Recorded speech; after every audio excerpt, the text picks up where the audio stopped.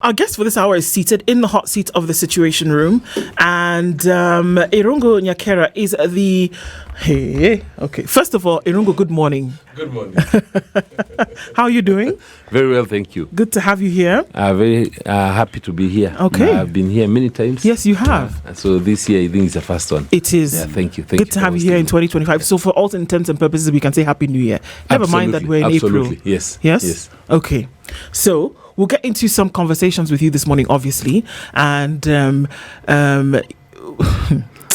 you know what? Let's start it off with today's proverb. As you know, CT is in a different African country this week. He'll let us know what the proverb is, and then you can interpret that for us. Is that all right? Yes, we are in the Republic of Zimbabwe. Mm-hmm. We thank the flowers once we have eaten the fruit. Irungu, how are you doing? Very well, thank you. That's good. Yeah. Yes. Yeah. That says about delivery. Yeah. So once we see the delivery, we thank the manifesto. Okay. Oh, well done. Okay. Nothing like a fantastic introduction into a conversation that we will be having this morning.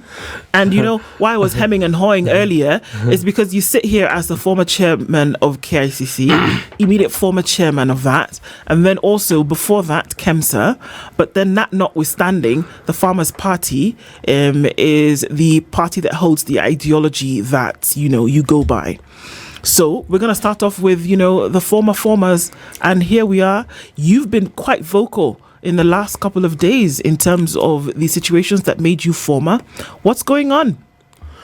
I think first, when I was talking about I'm happy you asked that proverb because that's really the issue. Because a lot of people are asking, why are people angry? Why are certain people angry? And people are because of failed promises. Because you see, I remember in 2022, we were part of the Kwanza coalition as a Farmers' Party, and I've come here severally discussing as a member of the coalition. Yes. And even defending the coalition because once the first 1 year you can give a lot of excuses. The second year people might not believe your excuses, but by the third year then you really can't give the excuses because it means that by 2027 you'll be campaigning as though you are campaigning in 2022 the same way. So we went around the country, different places, and held town halls, held roadside meetings and all that. So the promises that we made then are still the promises we'll make today. They're the promises that were made 2 weeks ago when they were having the Mount Kenya tours. And that's why I didn't want to attend the Mount Kenya tours. Because I felt that even if I did attend, and on one end, if I hear anyone who speaks, I'll be hearing the lies and the failed promises. And if I'm told to speak, then I will also not be able to tell the lies. Face the people, because we made very clear promises. And I don't buy into the narrative that there is no money in Kenya. There is money to waste. Yeah, there is money being plundered, wasted every single day. Even that tour in itself spent enough money to create, to build a road. And there'll be more tours like that. It was not the first. We had projects that could have been opened by the Nyumba Kumi elders, being opened by 9 helicopters. Yeah, so it's wasteful. So I think that's the real anger in the people. Okay. Yeah. You were very vocal, and this is not just on socials, but you said, obviously, that there needs to be a balance that is struck then between politics and development, and that you were part of a coalition that did make promises, your party, and then I guess by extension yourself, part of a coalition that made promises to Kenyans on the basis of development, that certain things were going to happen, through the next coming years. We have then seen that as of yesterday, the Farmers' Party has then officially withdrawn from the Kenya Kwanza coalition. Is this withdrawal then synonymous with the statements that you made about how we should not be seeking political expediency while sacrificing the development of the nation. Absolutely. And you see, for us as Farmers Party, we came in, we were invited to the coalition on the premise that the farmers, and by extension, everyone, each one of us, we all stakeholders in farming. We eat farming, we breathe farming. Yeah, so that the farmers will be taken care of. That there will be real interest in the farming, from the minimum guaranteed returns to the farmers, to subsidize the inputs, to guaranteed markets, to less taxation on both inputs and outputs, to elimination of middlemen. Those are all promises that we made to the farmers. But I can say to date, those promises have not been realized. And even so, currently we have about 18 bills in Parliament, all focusing on taxation, new taxations for farmers, from horticulture to even your basic inputs, zero rating, some of those. So essentially, farmers cannot say that they're in a better position. Actually, by the time I became, I was appointed as KEMSA chair. I was not appointed because I was a principal at Kenya Kwanza or that I was at Farmers Party. I was appointed because I objected and took the government to court for wanting to go plant maize in Zambia. Yeah, and we were given an injunction, and it was stopped because it was real nonsense.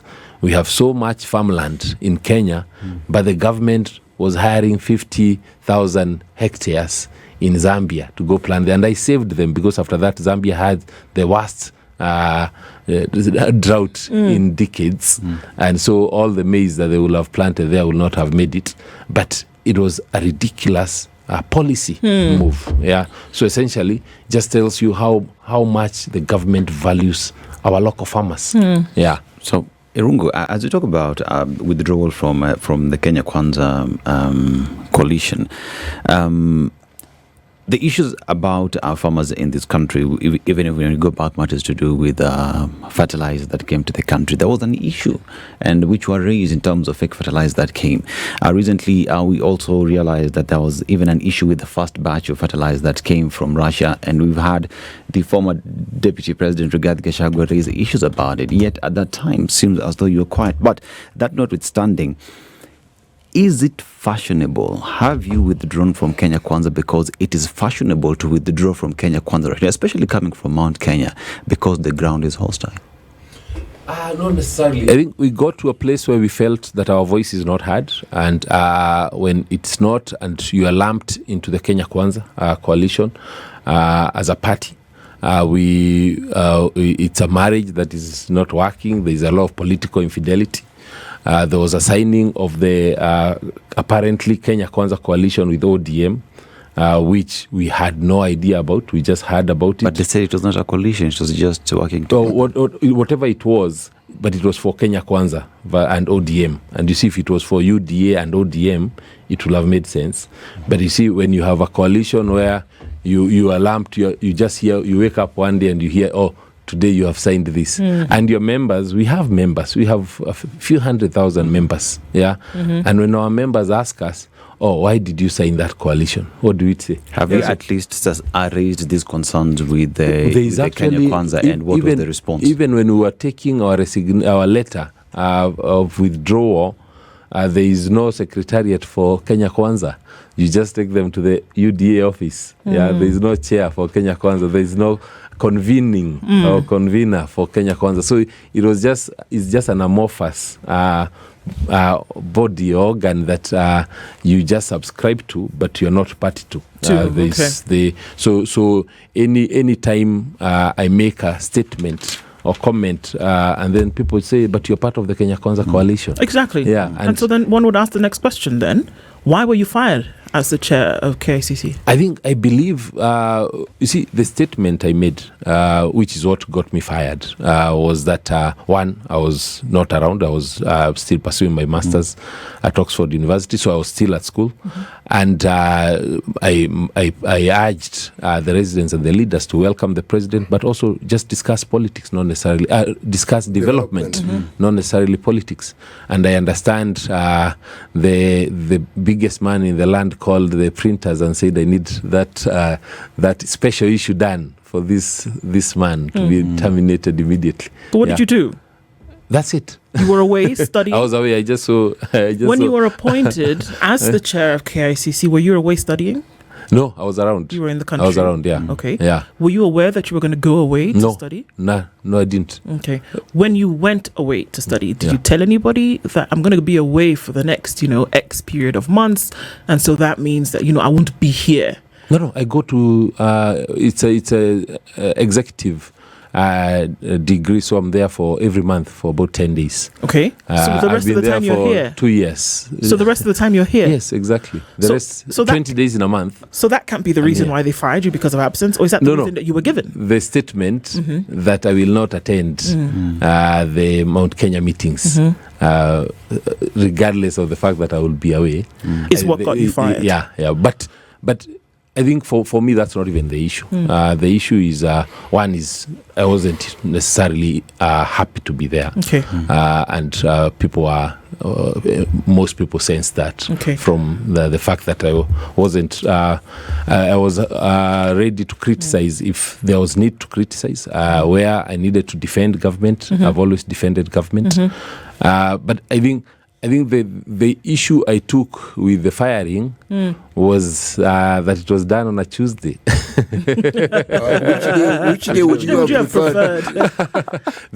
You see, that it was done on a Tuesday on a special issue shows the intolerance. Yeah, it could have been done on the next Friday on the normal Gazette. It could have. Yeah. There was absolutely nothing so special that required a special notice. Exactly, to require a special notice. That's what you think, isn't it? Yeah. So maybe it was special. Maybe it actually is a special. Don't imagine. You see, when I see people removed on special, usually it's a chair where they are about to go chair a meeting that is against the government policy. Okay. Yeah. So they terminate you before you get to that. Well, let's look at this a little bit more in detail, Irungu, shall we? Yeah. That you are in a party which holds the hearts of very, very many people who are in a region that hold agriculture, farming, this kind of business very, very close to their hearts, to which the president was going in the week after you made this statement. So the influential part of your party and what it bears on the minds of people cannot be undermined. And then you made a statement about how you felt it was unnecessary for this tour to take place. Do you think then that the firing that then came was out of emotion? Do you think that the president is being emotional in these firings that we see? Was very emotional. You one day, Justin Muturi another? Yeah. I think the emotional, and that's why, you see, when I look at the current administration, it was the biggest critic of the previous administration. When President Uhuru was in power, this administration was out on a daily basis criticizing the president and the government. He didn't fire them. Yeah. So that's what I'm talking about, the level of intolerance. And you see, across government ranks, what I hold and is actually what most people say and talk about. But Irungu, you were in the previous government, were you not? Yes. What made you change? In terms of? Well, you supported that government. What was the reason you had for someone who was criticizing a government that you were part of at that particular point in time? You see, even the president, who was the deputy president, who was criticizing the government on a daily basis, at no point did we say that he should be fired. Yeah, he had his instrument, he had the office, he had called his meetings, but the president continued. For us, as I think the key area that I've been criticizing, and I'll continue to criticize, is the fact that we are prioritizing politics over development. My question is, why did you join Kenya Kwanza? That's really my question. The promise. This is a very beautiful manifesto. David Ndii did a beautiful job of coming up with a beautiful manifesto. We've been going through the manifesto itself, even when we were debating with David Ndii, and we show him the areas on agriculture, the area on textile, the area on empowering the farmer and the youth. Yeah, they're all there. Like, there's nothing that's not captured in the manifesto. And you believed it? We believed it. Kenyans believed it, or rather, Mount Kenya believed it. Why did they believe it? They believed it because everybody bought into the idea that the administration is focused on transforming Kenya. So essentially, we are saying that the mountain had lost faith and interest in the immediate former president, and they found that the deputy who was criticizing the former president was more credible. Yes. That's interesting logic, isn't it? Yeah. So at that point, they felt, okay, there's a lot that was being done in the mountain by the former president, but also a lot that was being done across the country. So everyone could see that there were roads being built, we had the dams being built, there's water connection, there's last mile, all these things were being done actually in the which actually now brings me to ask the question. It isn't only the mountain who are promised things. Everywhere that the current president went, he promised things. Yes. Are there parts of the country where some of these promises have been kept? I haven't had. I've been looking around. I move around the country quite a bit. I talk to many people across the country. I have not heard of those promises that have been kept.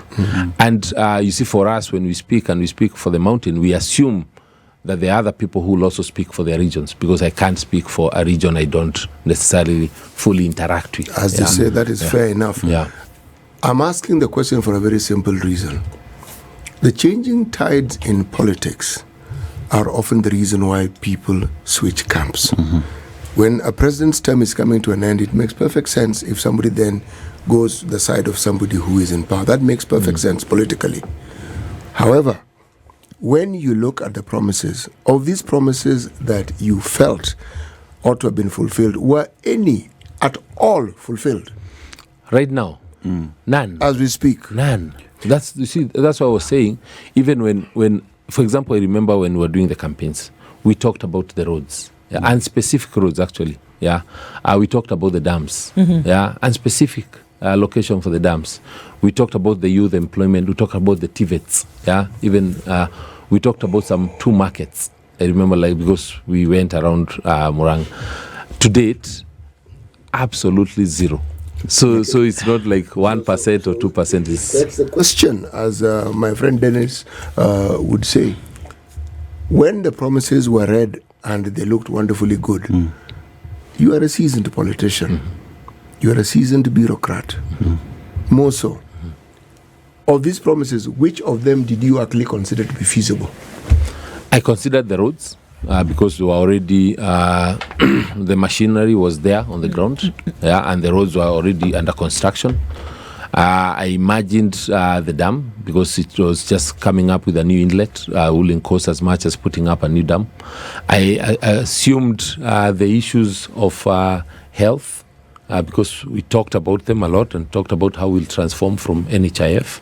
So some of those are the key ones. The others were small, 500, 200 million, things that you could see a cornerstone has been laid. But Irungu, during that time when, even after taking government, you being part of the Kenya Kwanza government, there is a narrative that was sold by your party then, by the party that you supported, that you inherited a dilapidated economy and that the country needed more time to, first of all, service debt, to be able to do all these things. As we speak today, the government says we are embarking on these projects that we promised.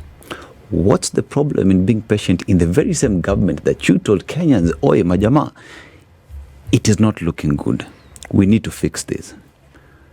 Why not trust the government that you put in place to deliver, because we still have 2 years? I think it takes me back to where I started. I say that I do not buy into the narrative that you do not have many money. But that's the narrative you sold to Kenyans. It was a narrative that we sold on day one when we said we have empty coffers. From there, we allowed the first finance bill that raised enough money. We went into the second finance bill that raised more money. We went into the issues with the Kenyans on raising even more money because this money that was being raised, people are saying, actually, we do not have a revenue problem. We have a spending problem. Yeah, because we are spending money on a daily basis. We have, we just the other day I saw the proposal of, not even a proposal, already apparently increasing salaries for MPs by like 360,000 per month. That's like billions of shillings and money that they had not asked for. They actually, many were saying, we did not ask for this money. Yeah, so money is there. We've seen renovations of State House in billions. We have seen additional travel, 7 billion for travels by Parliament alone last year, 7 billion.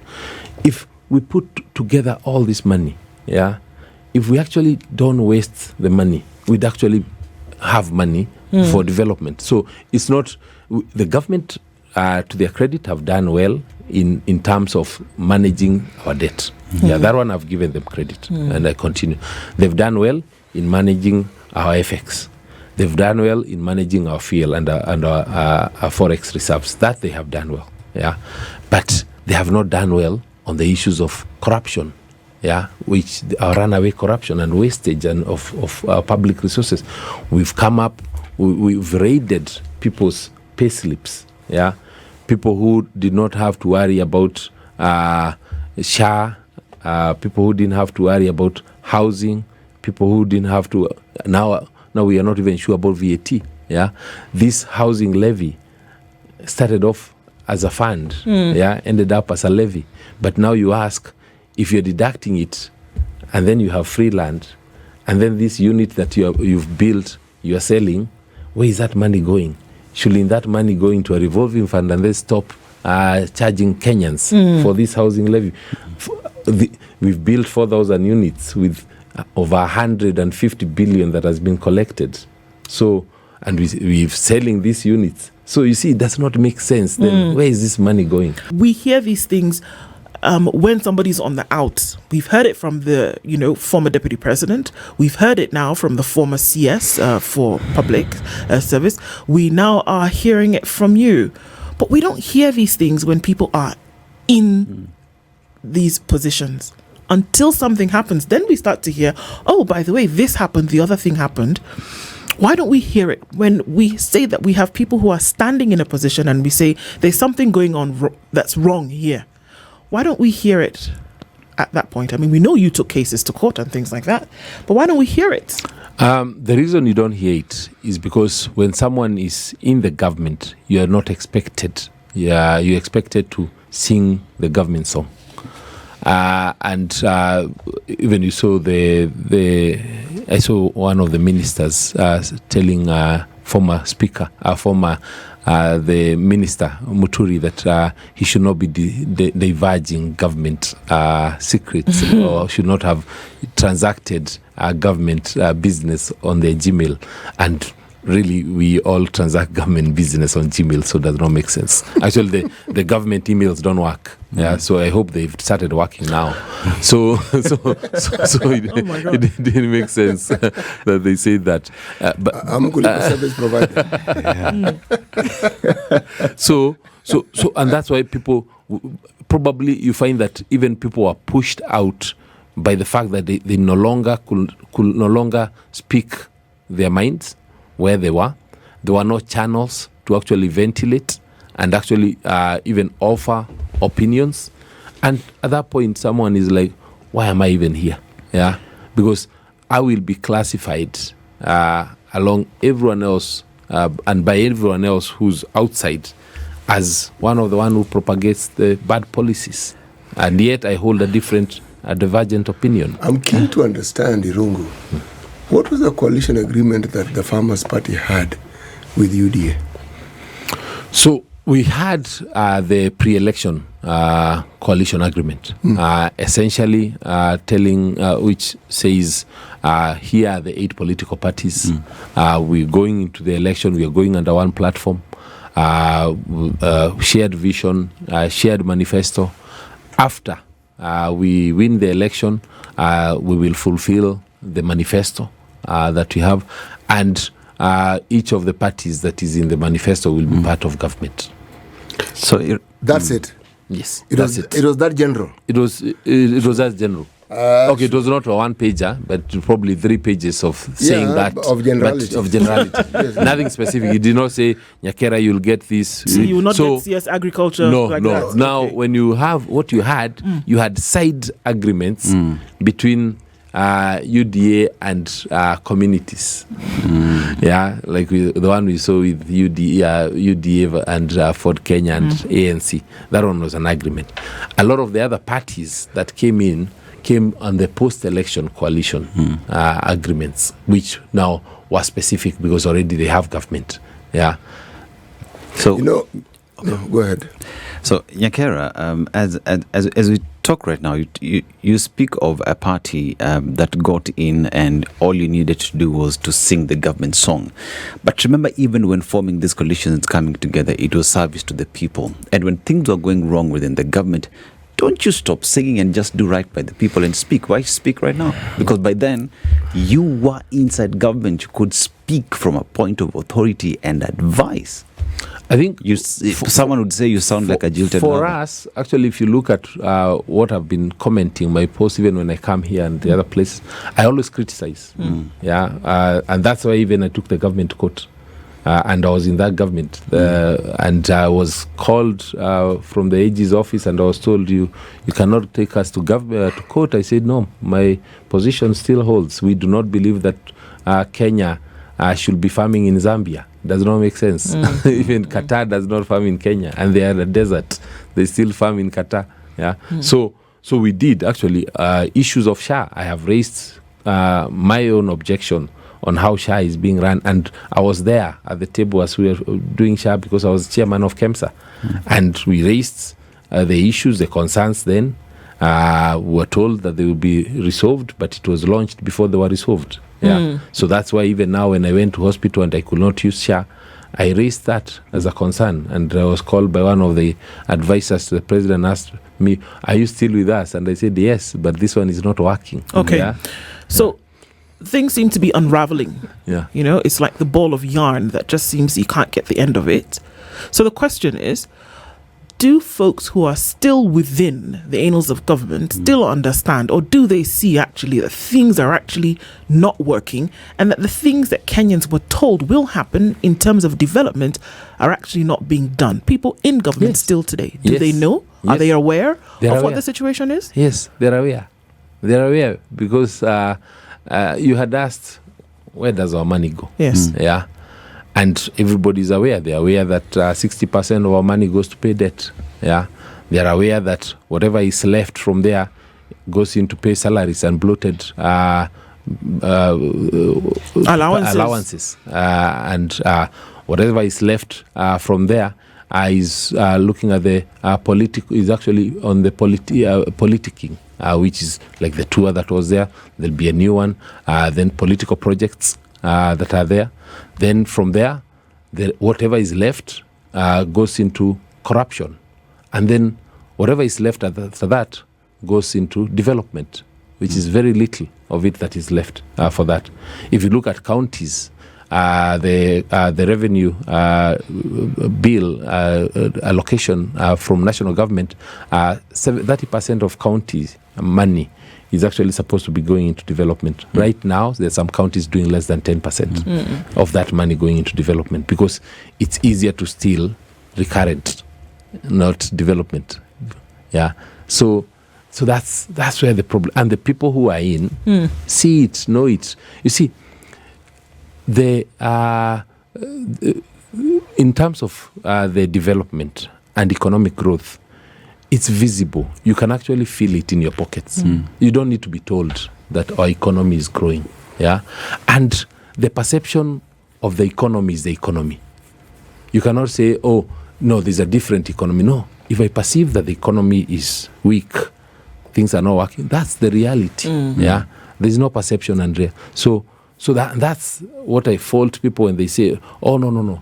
Things are, the fuel prices have come down. This because the summation of all those things is actually should be palpable. I should be able to feel it. Yeah.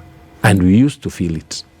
When you talk about corruption in this government, just since you are part of it and you say you see it, just how deep is this corruption? And if it's that deep, why haven't you gone to the agencies in charge of dealing with corruption? No, like you see, like even there are positions in government that place you at the same place as the rest of the Kenyans, like the chairman of KICC. You see, like it's chairman of a building. So there's really, you can't tell me that I have powers to go to EACC or DCI and that's them. Kenyan. that's you can report it like any other Kenyan. My powers are like any other Kenyan's powers. At that point, it's not like we're in a position where I told you we have the Kenya Kwanza coalition. But we have never met. We met the last time before the elections. Yeah. So while you are there is no voice. Your voice, actually, my voice will be when I'm on air. So how deep is the corruption in Kenya Kwanza government? Deep. It's deep.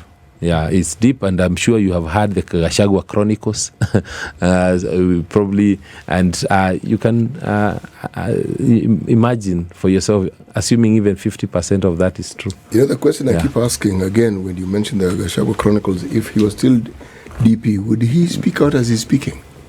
Probably not. Yes. And if you had not been sacked, would you be speaking as you're speaking? I was speaking the same.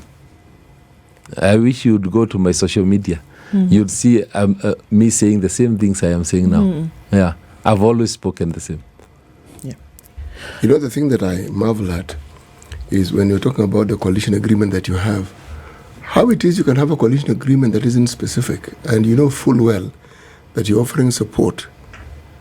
Whether one gets it or not, shouldn't one itemize what it is that they expect from an understanding and agreement? You see, when sometimes in politics you also follow the people, and if the people have bought into this, into the manifesto, and as the leaders, sometimes you just say, okay, this is what the people want.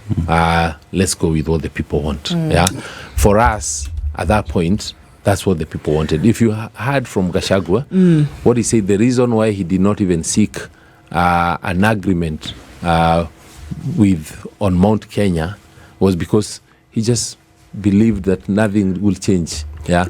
You know, Irungu, there are very many Kenyans who have qualifications similar to yours, and there are very many who've aspired to be PSs.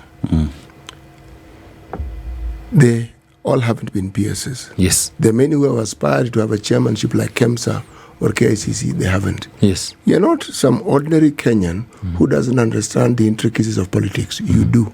So to give a simple explanation that tells us that because the people said, I understand, one goes the flow of the people, but the people were convinced. Or are you telling us that the people didn't need the Farmers' Party, that William Ruto had already convinced the people and they were going to go with him whether they supported him or not? And so you jumped onto the bandwagon when it was clear that the people were going with William Ruto. So to be safe, you went along with the people. Is that what you're saying? I think the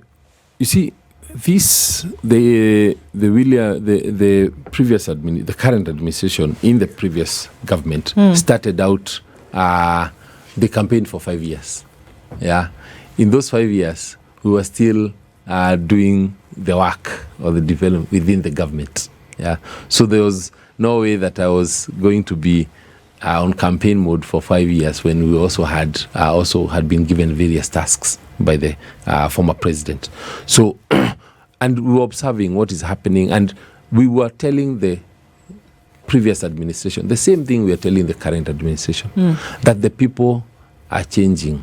The people's the interests are moving. Yeah, their hearts are moving elsewhere. Yeah, and we are being told every time, don't worry, the president will come up with something, a masterstroke, which is happening even now. Yeah, politics does not change in a day.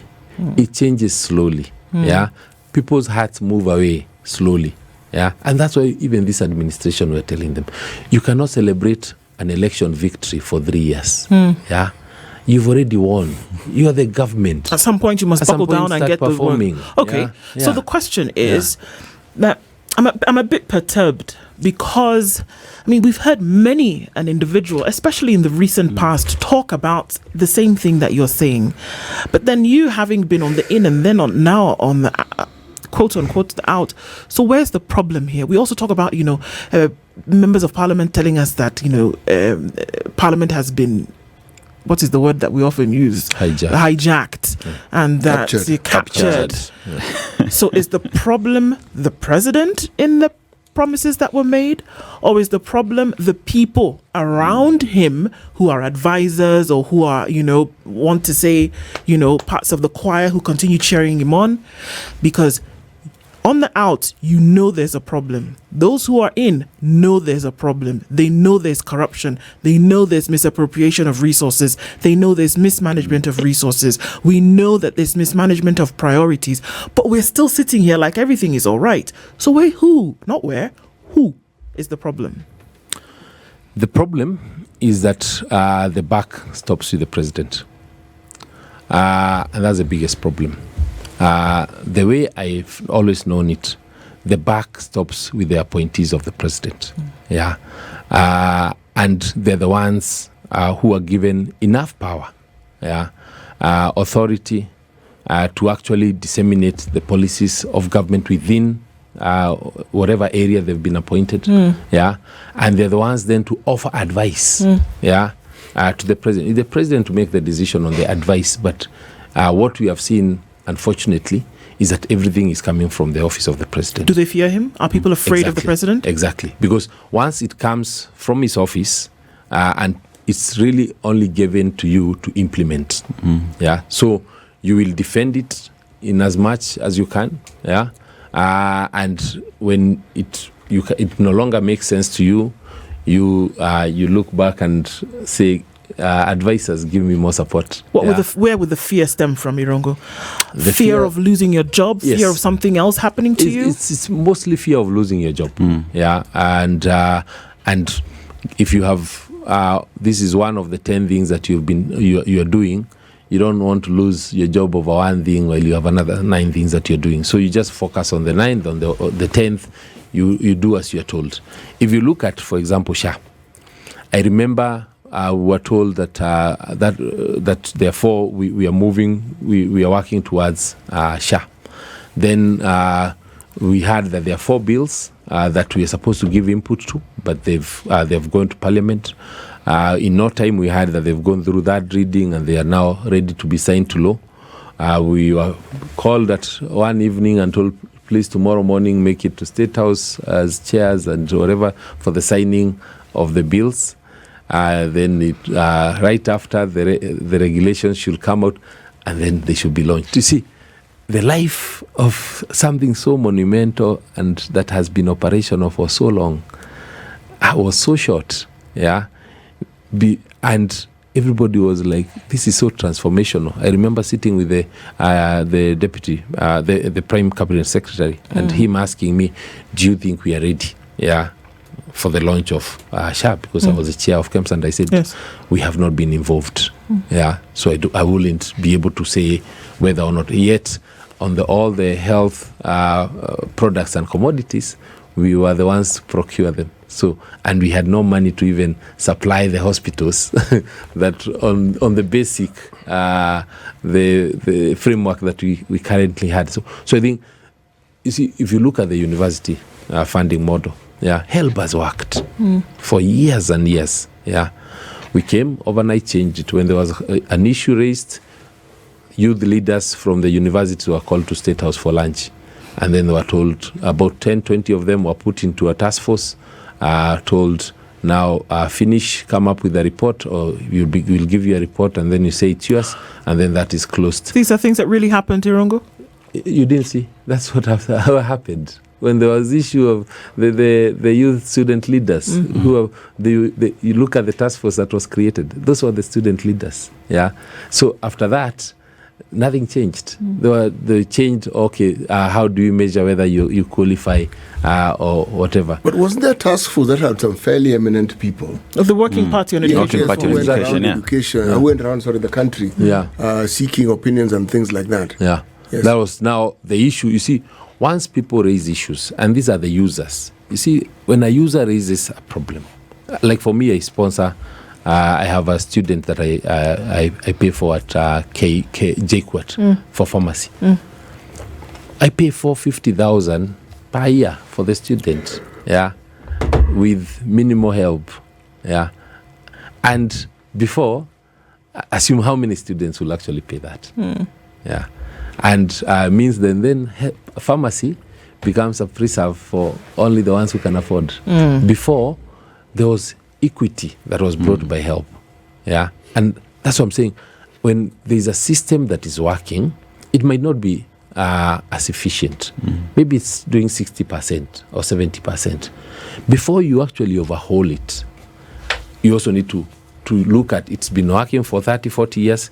Let me use 2 years then, or 3 years, or 4 years, then to change it. I cannot use... Not necessarily change it.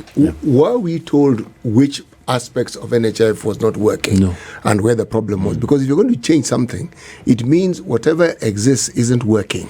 But it was working. They just demonized it. It was limping, seriously, in many cases, but we know why it was limping. Yes. The cartels. Yes. We could get it was easier to get rid of the cartels. Yes. Than to actually kill it and come up with something totally new. We've asked this question and we've been told that NHIF had said, look, we need some 900 million shillings to simply upgrade the system and we'll be able to do the very same things that are being asked for. They gave them 104 billion. Irungu, on 4 days ago you said politics is practical and development is visible, not simply a convoy of promises. Kenyans, including those in Murima, voted for jobs, lower cost of living and thriving businesses. By 2027, endless rallies and empty words won't fill empty stomachs. But everything that you raise here are things that Kenyans have been complaining for 2 years that you're part of that government. Irungu, I still take you back to you complaining today.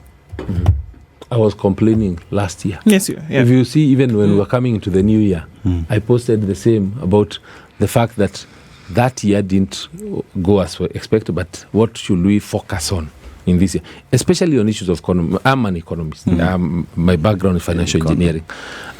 So I'm a banker, so I understand about the NPLs, the non-performing loans, why banks are not lending. I was happy when I requested the central bank governor to even consider the CRR, the cash reserve ratios, which are fairly high, how to lower them, and then once they lower them, then there's a bit more money available for banks to lend. And he did so by bringing it down by about 1%, which released about 70 billion. But then the banks still are not lending the 70 billion because we owe them 16% of the on NPLs. And what we owe them, majority over 60-70% is actually from pending bills. So if there is one economic stimulus package that the government can give, it's actually paying off pending bills. Pending bills. Sure. We talk about these development tours. I mean, you spoke about them. Are we delusional to believe that the president with the crew goes around the country talking about the development that will be brought to different areas? Because he's done that, hasn't he? In the places that he's been, there have been further promises about development and the agenda that's going to be brought to those particular regions. Are we delusional to think that there's a clear demarcation between politics in terms of what will happen in 2 years from now with an election and development in terms of what should happen today with the money that's available in terms of resources? First, I think they're not development to us, they're political to us, because it's 99% politics, 1% development. And if it's development, it's the promises. And you see, we were there even during Kibaki's time. He really wasn't going anywhere. He was at State House. He was meeting CSs and PSs only when they are very clear on what they are coming to discuss with him. And things were still being done. And I think that's why I'm saying we are celebrating for 3 years. We can actually have development because in each of the 47 town halls that we held, the economic forums. Those economic forums had people from all the different wards for each of the 47 counties. And from there, they raised projects or development initiatives that they expected to be done. Some of those, of course, they were all put in, we have them in Excel sheet. Some of them are to be carried out by counties. Those are for county. Then some of them are for CDF, and some of them, most of them, are for national government. Of course, the national government cannot be able to actually carry out 100% of what people need. And there'll be development in 10 years, 20, 50 years, so you can't do everything this year. Yeah. But then that's where you come up with the priority list. How much money do we have? We have 200 billion for development. How do you ensure that at least within the next 3 years, the first 3 years, every part of the country feels at least something small, that you can actually go to Kisumu County and say, in this county, in the Mamboleo area, or in Kajulu, we have done X. And even if I'm from a different part of Kisumu, I know Kajulu, and I know that project that was done, and I'll be okay, because I don't expect projects to be done everywhere. Yeah. If you go to a different county, you're also able to say one thing that has been done. The problem is we can't see it. Yeah. A broad-based government was brought into place to be able to handle some of these matters that you speak about. So if you bring people in from different parts of the country, there will be, a concerted effort. What do you think about the broad-based government? That's political conmanship. It was just replacing a group or a community or a region that is unhappy with another party, so that you still have the numbers in parliament. Yes, there are 43 or 45 MPs who have exited, so you won't have the right numbers. You bring in another 70. So politically, you're okay. You can run the government, which can happen. Yeah, the politics will work, but the emotions won't change. Yeah. And so what the broad-based government has done, and I appreciate them for that, is that we still have a country that is running, because we want that. Yeah, we want that stability. We want a country. But come 2027, when people are talking about the promises, the broad-based side might be with the other people saying, it was not our government. The same way I'm here saying I am not in Kenya Kwanza, they will be on the other side saying we are not in UDA. Irungu, I find this very strange.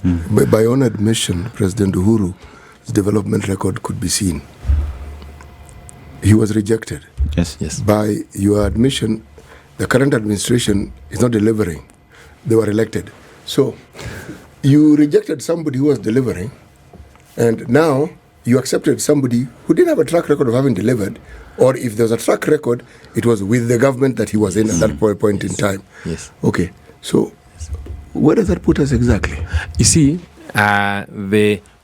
you get into you elect somebody based on their promises for the first time.